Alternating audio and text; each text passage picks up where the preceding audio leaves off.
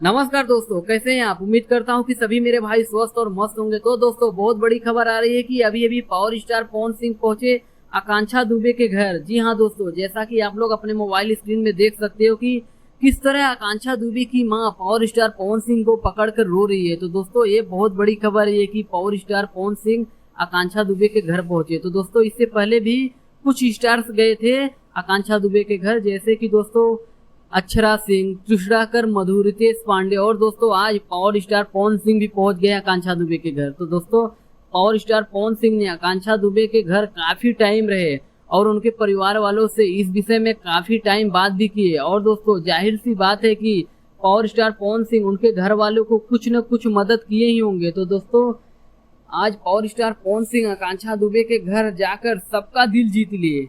भाई, मैं तो बहुत खुश हूँ।